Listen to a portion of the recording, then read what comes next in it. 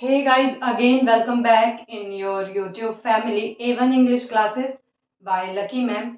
I hope आप सभी अच्छे होंगे, मैं भी बहुत अच्छी हूँ। तो गाइज आज के इस कंटेंट में हम जो पढ़ने वाले हैं वो हमारे प्रीवियस वीडियो मीन्स वर्ब का ही एक पार्ट होने वाला है, जो कि कॉम्पिटेटिव लेवल के हिसाब से बहुत ज़्यादा इम्पॉर्टेंट है और बेसिक भी है, चूँकि बहुत लोग जानते भी होंगे ये सारे रूल्स। आज मैं टोटल आप लोगों को 5 रूल्स पढ़ाऊंगी या समझाऊंगी, जिसमें से कि बहुत लोग जानते भी होंगे तो उनका एक मेमोरी रिकॉल हो जाएगा और नहीं जानते होंगे तो वो जान जाएंगे, क्योंकि इस तरीके के बेसिस पे ही कॉम्पिटेटिव लेवल में क्वेश्चंस बनते हैं। ठीक है, तो आइए शुरू करते हैं हमारा आज का some important facts of verb में रूल नंबर 1। ठीक है गाइस, जो हमारा रूल नंबर 1 है, मैं जो लेकर आई हूं आप सभी के लिए, वो कुछ ऐसा है कि हमेशा वर्ब की टू बी के फॉर्म के बाद हम हमेशा मेन वर्ब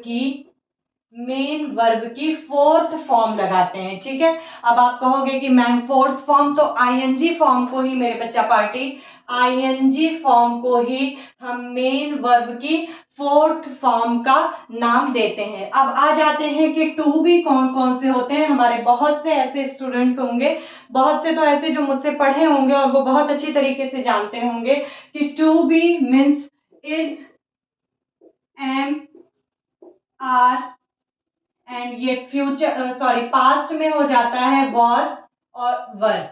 इसको हम अलग अलग न पढ़ के हम इसको एक साथ इस ग्रुप का जो नाम देते हैं वही क्या कहलाता है, टू बी कहलाता है। ठीक है, तो हमने बोला आप लोगों से कि टू बी के बाद हम मेन वर्ब की फोर्थ फॉर्म यानी कि आईएनजी फॉर्म लगाते हैं। ठीक है, तो अब देखते हैं कैसे। He is trying to, he is trying to solve his problem। ठीक है, एग्जाम्पल के साथ पढ़ाती चलूंगी, जिससे कि जिनको बिल्कुल भी जानकारी नहीं होगी उनको अच्छी तरीके से समझ में आ जाएगा। ठीक है, तो इज जो है वो हमारा क्या है, टू बी का है, और इसके तुरंत बाद हम आईएनजी फॉर्म यानी कि मेन वर्ब की फोर्थ फॉर्म का ही यूज करेंगे, ना कि थर्ड फॉर्म का, ना कि फर्स्ट फॉर्म का, ना कि सेकंड फॉर्म का। आगे मैं समझाती हूँ कि और कहाँ पे इसके ऑपोजिशन का यूज होता है।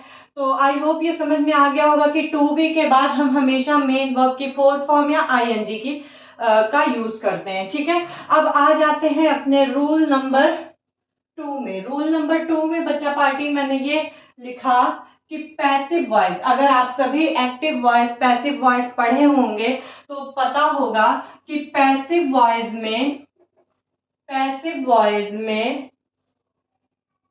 टू बी के बाद हमेशा वर्ब की थर्ड फॉर्म यूज होती है। ठीक है, मैंने आप लोगों से बोला कि पैसिव वॉइस में टू बी के बाद हमेशा मेन वर्ब की थर्ड फॉर्म का यूज होता है। ठीक है, देख लेते हैं। देखिए, पैसिव वॉइस को पहचानने की यही सबसे बड़ी खासियत होती है। अगर आप सभी में से बहुत लोग एक्टिव वॉइस पैसिव वॉइस नहीं जानते हैं तो आज मैं क्लियर कर दूं कि पैसिव वॉइस की सबसे बड़ी जो आइडेंटिफिकेशन होती है वो यही होती है कि टू बी यानी कि is, am, are, was verb के तुरंत बाद हमेशा वर्ब की थर्ड फॉर्म लगी होती है, जबकि जनरली मतलब जो सामान्य सेंटेंसेस हमारे होते हैं उसमें टू बी के बाद हमेशा मेन वर्ब की फोर्थ फॉर्म या आईएनजी फॉर्म लगी रहती है। Let's see example of it. A letter is written by him। रूल के साथ साथ आइडेंटिफिकेशन भी समझाती चल रही हूँ कि इज हमारा टू बी हो गया, इसके बाद वर्ब की थर्ड फॉर्म यानी कि ये क्या है, पैसिव वॉइस है, और इसमें हमेशा बाई का यूज होता है। जो हमारा सब्जेक्ट जाके ऑब्जेक्ट में चेंज होता है उसके पहले हम हमेशा बाई का यूज करते हैं। I hope it is clear. अब देखते हैं हमारा रूल नंबर 3। रूल नंबर 3 है बच्चा पार्टी की हैज, हैव और हैड। समझते चलते हैं, हैज और हैव का जो यूज होता है वो प्रेजेंट में होता है और जबकि जो हमारा हैड होता है वो हमेशा पास्ट में यूज होता है। तो इसके तुरंत बाद हम वर्ब की कौन सी फॉर्म लगाएंगे? वर्ब की थर्ड फॉर्म लगाएंगे। मैंने बोला कि हैज, हैव, हैड के तुरंत बाद हम क्या लगाएंगे? मेन वर्ब की थर्ड फॉर्म लगाएंगे। Let's see example, he has done. Has जो हमारा यूज होता है बच्चा पार्टी प्रेजेंट में वो सिंगुलर के लिए यूज होता है, जबकि जो हैव हमारा यूज होता है वो प्लूरल के लिए यूज होता है। इसको मैं लिख देती हूँ, ये हमेशा सिंगुलर के लिए और ये हमेशा प्लूरल के लिए यूज होता है। He has done his work, ठीक है। हैज के बाद हमेशा वर्ब की थर्ड फॉर्म लग गई। और हैड जो हमारा यूज होता है वो पास्ट में यूज होता है, चाहे फिर वो सिंगुलर हो या प्लूरल, इट डजंट मैटर। ये दोनों ही केसेस में हैड, हैज और हैव दोनों की जगह ले लेता है, ठीक है। अब रूल नंबर फोर्थ जो हमारा है वो ये है कि डू, डज और डिड के तुरंत बाद के बाद हमेशा वर्ब की फर्स्ट फॉर्म लगती है, ठीक है। वर्ब की कौन सी फॉर्म लगती है?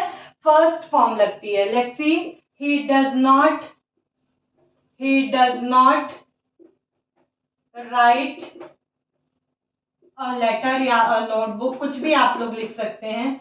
मेरा ये सारे कॉन्सेप्ट क्लियर करने का बस एक ही मकसद है कि ठीक है, बहुत पढ़ लिया कि प्रेजेंट में ये होता है, पास्ट में ये होता है, प्रेजेंट इंडेफिनिट में ये होता है, प्रेजेंट परफेक्ट, आगे हम वो भी पढ़ेंगे। लेकिन अगर हम इस तरीके से डिटेल में पढ़ने गए तो फिर हमारा साल भी लग सकता है, और सामने सिर पे बीएड का एंट्रेंस है, और क्यों ना हम इस चीज को एक साथ कलेक्ट करके पढ़ें और रूल वाइज इस चीज को समझते चलें, ठीक है। कि भाई अगर डू, डज, डिड हो गया तो इसके बाद मेन वर्ब की थर्ड फॉर्म लगेगी। हैज, हैव, हैड हो गया तो इसके बाद वर्ब की थर्ड फॉर्म लगेगी, ठीक है।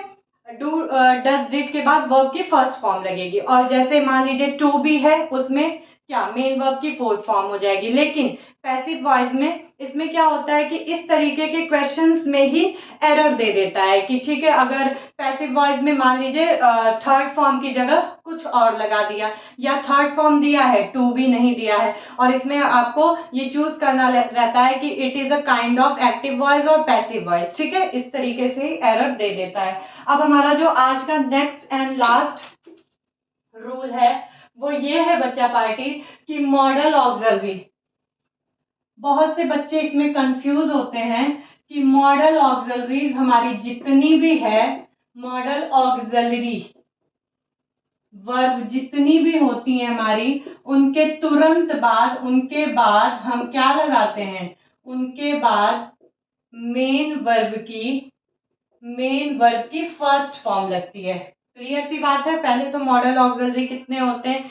कैन हो गया, कुड हो गया, मे हो गया, माइट हो गया, मस्ट हो गया, शुड हो गया, शैल हो गया, विल हो गया, वुड हो गया। ये सारी चीजें क्या हैं? मॉडल ऑक्सिलरी हैं। और कहीं पे भी अगर इनका इस्तेमाल हम देखते हैं, जैसे आई कैन हेल्प हिम, ठीक है। अब भाई कैन है, मॉडल ऑक्सिलरी, इसके तुरंत बाद हेल्प। अब जो एग्जाम में एरर आ सकता है वो इस तरीके से आ सकता है कि आपका मॉडल ऑक्सिलरी दे दिया, यहाँ पे वर्ब की फॉर्म को चेंज कर दिया। अब अगर आपको पता होगा कि मॉडल ऑक्सिलरी के बाद तो हम हमेशा क्या लगाते हैं? मेन वर्ब की फर्स्ट फॉर्म लगाते हैं। चाहे तूफान आ जाए, चाहे सुनामी लहर आ जाए, कभी भी हम इसमें ये चेंजेस नहीं करते हैं कि वर्ब की कोई और फॉर्म लग जाए, तो आप आसानी से कर लेंगे।